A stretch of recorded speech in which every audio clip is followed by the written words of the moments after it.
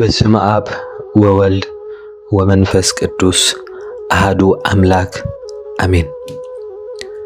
እታ ዘጠመየት ነፍሲ ድዕዙ ዕለተ ሶኒ። ሰላም እግዚአብሔር ምስ ኩላትኩም ይኹን። ክቡራት ኣሕዋትን ሓትን ሎሚ ኣብታ ኣዝዩ ቅዱስን ፍሉይን ዝኾነ ሰሙሕ ሕማማት ንርከብ ኣሎና።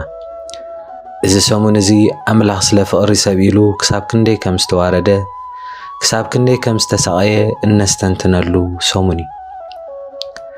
ሎሚ ብፍላይ ብዛዕባ ተቐዳመይቲ መዓልቲ ሕማማት ዕለተ ሶኒ ክንዛረብ ኢና። እዛ መዓልቲ እዚኣ ቤተ ክርስቲያንና መዓልቲ ፍረ ኢላ ተፅዋዓ። ስለምንታይ እዩ ጎይታናን ኣምላኽናን መድሓኒናን ኢየሱስ ክርስቶስ ነታ በለስ ረጊምዋ? እቲ ኩሉ ዝፈጠረ ኣምላኽ ስለምንታይ ጠመየ ተባህለ? እዚ ምስጢር እዚ ንዓኻን ንዓይን እንታይ ምህረና? ሎሚ ነዚ ዓሚቕ ምስጢር እዚ ብሓባር ክንፈትሖ ኢና። እቲ ጥሜት ንኣምላኽ ናፍቖት እዩ። መጽሓፍ ቅዱስ ኣብ ወንጌል ማቴዎስ ምዕራፍ 21 ፍቕዲ 18 ንጽባሒቱ ናብ ከተማ ክምለስ ከሎ ጠመየ ይብለና። ሕሰብዎ እስኪ እቲ ንባሕሪ ዝገሰጸ ንሙታን ዘተንስአ ንኣሽሓት ዝመገበ ጎይታ ከመይ ኢሉ ጠሚ? ኣብ ሕማማት እትብል ናይ ዲያቆን ሃይለ ሄኖክ ሃይለ መጽሓፍ ከም ዝገለጾ እቲ ጎይታ ዝጠመዮ ስጋዊ ጥሜት ኣይነበረን። እቲ ጥሜት ጥሜት ናፍቖት እዩ። ጎይታ ካብ ሰብ ዝደልዮ ፍረ ሃይማኖት፣ ፍረ ንስሓ፣ ፍረ ፍቕሪ ሲኢኑ ጠመየ። እቲ ጎይታ ዝጠመዮ ናተይን ናትካን ምምላስ እዩ። ካብ ቢታንያ ቤት ትሕትና ተንሲኡ ናብ ኢየሩሳሌም ከተማ ንጉስ ክኸይድ ከሎ ኣብ መንገዲ ሓንቲ በለስ ረኣየ። እዛ በለስ እዚኣ ንዓለምና ትመስል ቆፅሪ ጥራይ ዝለበሰት ዓለም። እዛ ዓለም እዚኣ ንዓይን ንዓኻን ትመስል ክዳን ጥራይ ዝለበስና ደቂ ሰብ።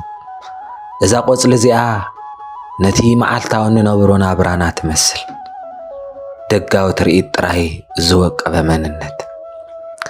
ምስጢር እታ በለስ እዚ ግብዝናን ሓቀኛን መንነትን እዩ። እታ በለስ ካብ ርሑቕ ክትርእያ ከለኻ ፍረ ኣለድኒ ትብል ነበረት።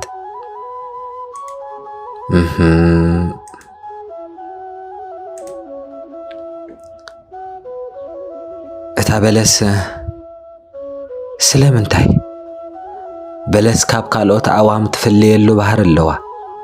ንሱ ድማ ቆፅላን ፍርያን ሓቢሩ እዩ ዝወፅእ። ስለዚ ቆፅሊ ካብ ሃለወ ፍረ ክህሉ ግድን እዩ። ጎይታ ናብታ በለስ ቀረበ።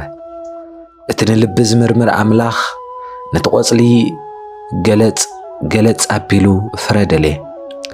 ነገር ግን ካብ ቆፅሊ ሓሊፉ ምንም ኣይረኸበላን። እዚ ንዓና ዓብዪ ትምህርቲ እዩ። ቆፅሊ እንታይ እዩ? ፍረኸ እንታይ እዩ? ቆፅሊ እቲ ናይ ግዳም መልክዕና እዩ። ጽቡቕ ጌርና ነፀላ ምቁፃርና፣ መዝሙር ምዝማርና፣ ኣብ ማሕበራዊ መራኸቢታት ኣምላኽ ይመስገን መባልና እዩ። ፍረኸ እንታይ እዩ? ፍረ ግን እቲ ኣብ ውሽጥና ዘሎ ትሕትና ንሓወኻ ይቕረ ምባል ካብ ግብዝና ምርሓቕ እዩ። ጎይታ ሎሚ ናብ ህይወትና ክመጽእ እንከሎ ክንደይ መዝሙር ዘሚርካ ኣይኮነን ዝብለና ዘሎ፣ ኣብ ልብኻ ክንደይ ፍቕሪ ኣሎካ እዩ ዝብለና ዘሎ። እታ በለስ ቆፅሪ ጥራሕ ሒዛ ምጽንሓ ንጎይታ ሕዝኖ። ስለምንታይ? ምትላል ስለ ዝኾነ። ግብዝና ማለት ብግዳም ጻድቕ መሲልካ ብውሽጢ ግን ዝበለየ ምዃን ማለት እዩ። ግብዝና ማለት ብግዳም ቅኑዕ መሲልካ ብውሽጢ ግን ክፉእ ምዃን ማለት እዩ። ግብዝና ማለት ብግዳም ሰናይ መሲልካ ብውሽጢ ግን እከይ ምፍጻም ማለት እዩ። ግብዝና ማለት ነፀላ ተሰኪምካ ንቤተ ክርስቲያን እንዳተመላለስካ ግን ክፍኣ ግብሪ መሓዝ ማለት እዩ። እቲ መርገም ናይ ግብዝና መወዳእታ እዩ። ጎይታ ነታ በለስ ካብ ሕጂ ንዘለዓለም ፍረ ኣይውፃእ ክበላ፣ እታ በለስ ድማ ብኡ ንብኡ ሓመኸት፣ ብኡ ንብኡ ሓረረት፣ ብኡ ንብኡ ቀምሰለት። እዚ ፍርዲ እዚ ጭካነ ኣይኮነን።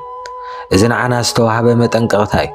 ፍረ ዘይብሉ ህይወት ትርጉም ከም ዘይብሉ የርእየና። እቲ ንበለስ ዝሃመኸ ቃል ሎሚ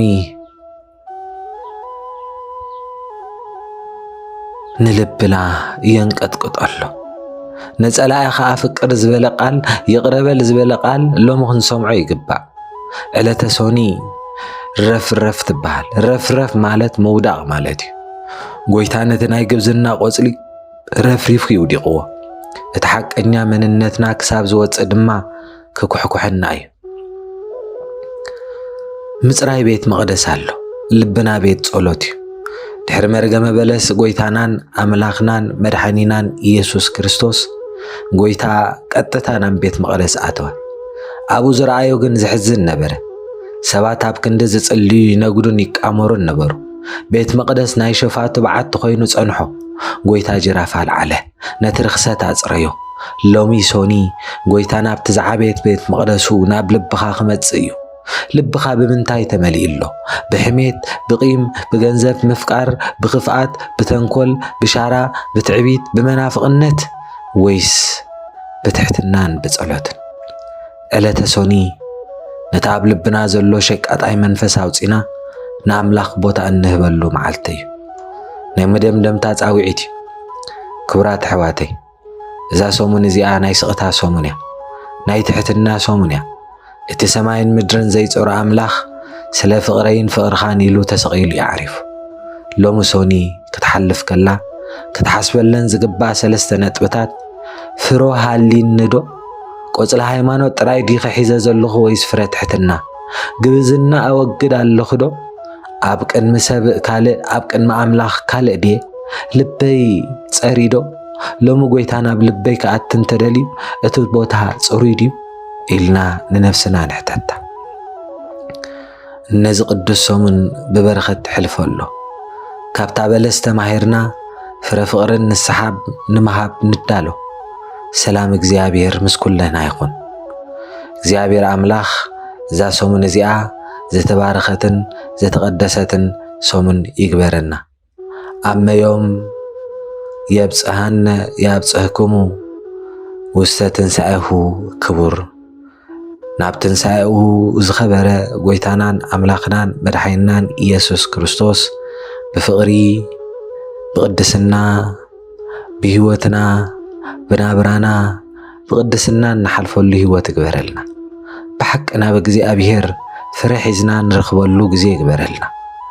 ፍረ ሒዝካ ዲኻ ወይስ ከምታ ፍረ ኣዝ በረሰ ገረብ ኢኻ? ሰላም እግዚአብሔር ምስ ኩላህና ይኹን።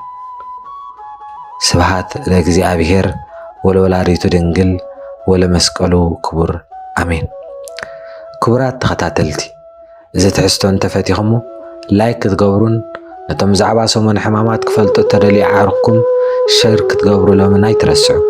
ረድኤትን በረኸትን ናይ ዝቅዱስ ሰሙን ምስ ኩላህና ይኹን አሜን።